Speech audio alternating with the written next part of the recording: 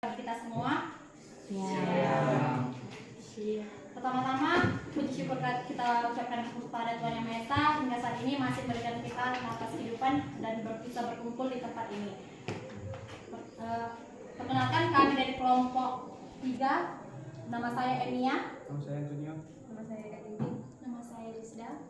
Nama saya Yoga. Materi besar yang akan dibawakan yaitu masa pemerintahan Presiden Megawati Soekarno Putri. Teman-teman, kita udah tahu bahwa Presiden Megawati adalah Presiden kelima Republik Indonesia. Pada masa pemerintahan Presiden Megawati, dia dibantu oleh Wapres. Teman-teman bisa kita Wapresnya. Teman-teman bisa kita lihat bahwa ini adalah gambar dari Ibu Megawati Soekarno Putri. Dan pada masa pemerintahannya dibantu dengan wakilnya Presiden Hamzah.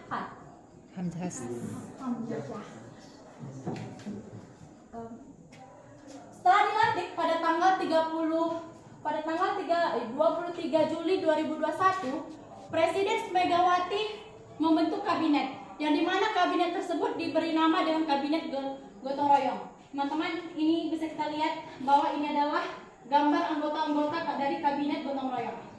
Kabinet Gotong Royong ini mempunyai 5 agenda penting. Yang pertama yaitu menghapuskan KKN. Nomor 2 yaitu membantu rakyat dari krisis. Yang ketiga, meneruskan pembangunan politik. Yang keempat mempertahankan supremasi hukum. Yang kelima, solusi sosial kultural yang kondusif. Jadi kebijakan apa saja yang dilaksanakan Presiden Megawati dan bagaimana masa pemerintahan Presiden Megawati berakhir, di sini kami akan menjelaskannya satu persatu. Yang pertama adalah reformasi bidang hukum dan pemerintahan. Nomor 1, amandemen Undang-Undang Dasar tahun 1945. Pada masa pemerintahan Presiden Megawati, MPR kembali melakukan amandemen terhadap Undang-Undang Dasar tahun 1945 pada tanggal 10 November 2021. Yang kedua, merubah kehakiman menjadi kekuasaan independen agar dapat menyelenggarakan keadilan yang adil dan benar. Yang kedua, membentuk KPK Undang-Undang Nomor 30 tahun 2002. Yang ketiga, membentuk Mahkamah Konstitusi. Yang keempat, mengeluarkan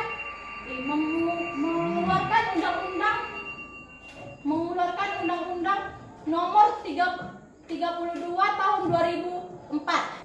Nomor 5, mengeluarkan Undang-Undang Nomor 32 tahun 2004 tentang desentralisasi dan ODA. Nomor 5, mengeluarkan Undang-Undang Pers dan Undang-Undang Penyiaran. Kemudian Presiden Megawati juga mengeluarkan kebijakan tentang pemilu, yaitu mengeluarkan Undang-Undang Nomor 12 tahun 2003 tentang pemilu. Kemudian mengeluarkan Undang-Undang Nomor 22 tahun 2003 tentang susunan dan kedudukan DPR MPR. Dan mengeluarkan Undang-Undang Nomor 23 tahun 2023 tentang pemilu presiden dan wapresnya.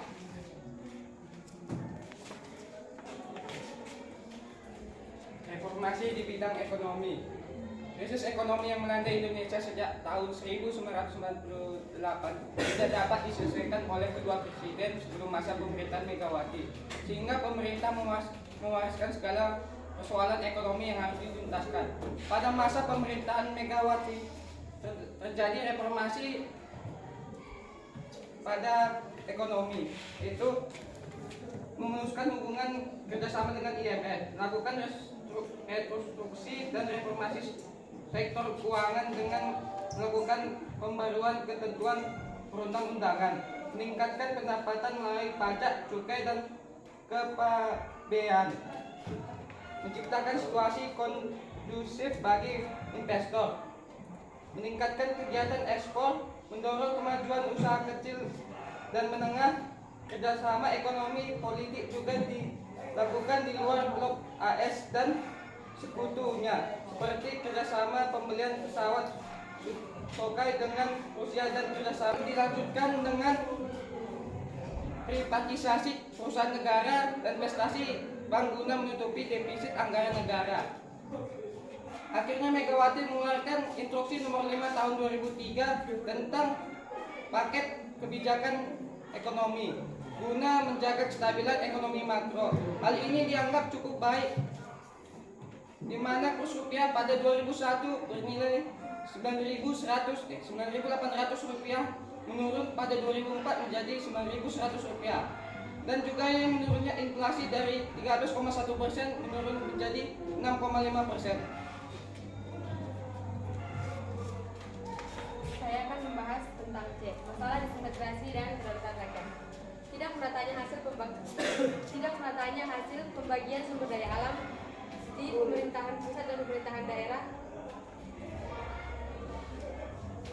Saya ulangi, pemerataan ekonomi di seluruh wilayah Indonesia merupakan salah satu tugas rumah pemerintah Presiden Megawati. Tidak meratanya pembangunan dan tidak adilnya hasil pembagian sumber daya alam di pemerintahan pusat dan daerah menimbulkan permasalahan keinginan untuk melepas diri dari negara kesatuan Republik Indonesia, terutama provinsi yang kaya akan sumber daya alam hanya menerima sedikit dari hasil sumber daya alam mereka. Untuk meredam keinginan melepas diri dari kedua provinsi tersebut, Megawati melakukan upaya-upaya untuk menyelesaikan permasalahan disintegrasi dan memperbaiki hasil persentase pembagian sumber daya alam. Upaya Presiden Megawati untuk menjaga keutuhan negara kesatuan Republik Indonesia juga diuji pada saat pemerintah berusaha menyelesaikan sengketa Pulau Sipadan dan Pulau Ligitan. Seperti yang kita lihat, ini adalah Pulau Sipadan dan Pulau Ligitan. Pulau Sipadan memiliki luas 10,4 hektar dan Pulau Ligitan mempunyai luas 7,9 hektar. Baik, di sini saya akan menjelaskan mengenai desentralisasi politik dan keuangan. Terkait hubungan pemerintahan pusat dengan daerah, Presiden Megawati Soekarno Putri itu berupaya melanjutkan kebijakan otonomi daerah yang telah dirintis sejak tahun 1999. Upaya ini merupakan proses reformasi tingkat lokal pada bidang politik, pengelolaan keuangan, dan juga pemanfaatan sumber-sumber daya alam yang demi kepentingan masyarakat setempat. Desentralisasi politik ini atau bisa kita sebut dengan otonomi daerah, yaitu merupakan isu yang penting sejak bergulirnya masa reformasi pada tahun 1998. Kemudian setelah berakhirnya Orde Baru, sebagian masyarakat di sebagian daerah itu mulai menyuarakan rasa ketidakpuasannya terhadap pemerintahan pusat. Hal ini ditandai dengan karena sering sekali kepala negara atau yang menjabat di daerah tersebut merupakan bukan pilihan masyarakat itu sendiri. Kepala daerahnya itu ditunjuk oleh negara dan memerintah sesuai dengan kebijakan negara tersebut. Sehingga faktor inilah yang menyebabkan pelaksanaan otonomi daerah ini merupakan hal yang sangat penting. Pelaksanaan otonomi daerah ini juga berkaitan dengan pemilihan umum yang dilaksanakan pada tahun 2004 terkait dengan pemerintahan mengeluarkan Undang-Undang Nomor 12 Tahun 2003 mengenai pemilihan umum anggota DPR, DPD, dan DPRD. Hal ini ditandai dengan pemilihan yang dilaksanakan secara langsung, yaitu pemilihan kepala daerah yang menjadi pelaksana otonomi daerah tersebut. Masyarakat berharap kepala daerah yang dipilih mereka itu semoga bisa mengaspirasi masyarakat itu sendiri, mengaspirasi keinginan masyarakat karena lebih mengetahui seluk-beluk dari daerah tersebut, sehingga otonomi daerah ini sangat penting, sehingga Presiden Megawati Soekarno Putri itu berupaya dalam melaksanakan hal ini.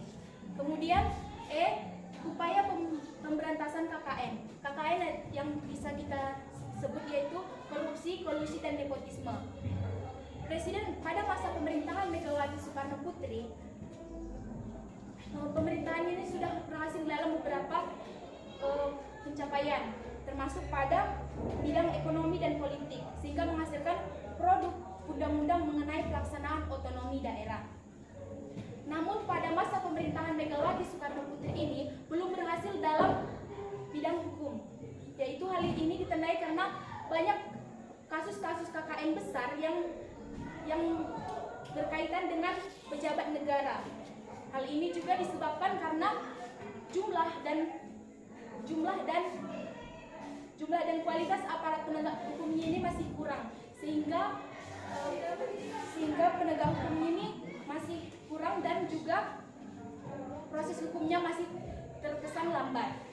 Kemudian karena keseriusan pemerintah dalam memerangi KKN ini, sehingga dikeluarkanlah Undang-Undang Nomor 20 Tahun 2001 tentang perubahan atas Undang-Undang Nomor 31 Tahun 1999 tentang tindak pidana korupsi.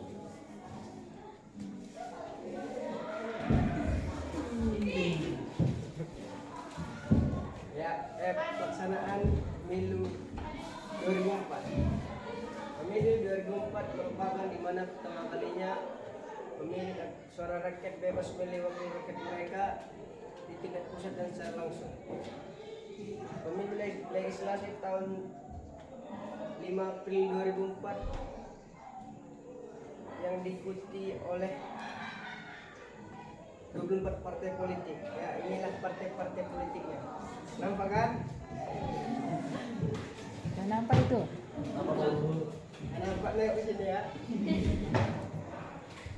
Pemilu presiden yang diselenggarakan pada tanggal 5 Mei 2004 belum mendapatkan satu pasangan calon presiden dan wakil presiden, sehingga presiden yang memiliki suara dari 50%, sehingga pemilihan pemilu presiden diselenggarakan dalam 2 kali putaran. Sekian, terima kasih.